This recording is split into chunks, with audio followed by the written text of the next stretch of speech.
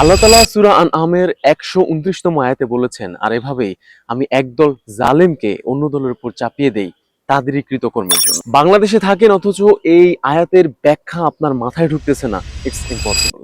বর্তমান শিক্ষা ব্যবস্থা নিয়ে বাংলাদেশের শিক্ষার্থীদের ক্ষোভ চরমে, which is very real, but there is something hidden.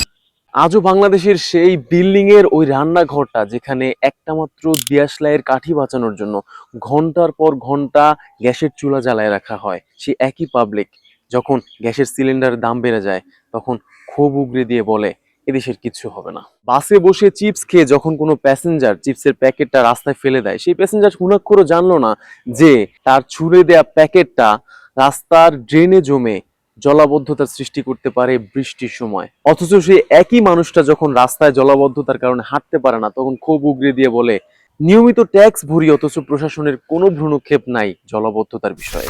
রিক্সাওয়ালা মামা যে কিনা রিক্সা চালাতে চালাতে প্যাসেঞ্জারের সাথে ঘোষ গল্প করে যে মামা দাম বাড়ার কারণে আজকাল মাছ মাংস কিনে খাইতে পারি না, সে একই রিক্সাওয়ালা একটু বৃষ্টি হলেই 50 টাকার ভাড়া 100 টাকা চাইতে দ্বিধাবোধ করে না।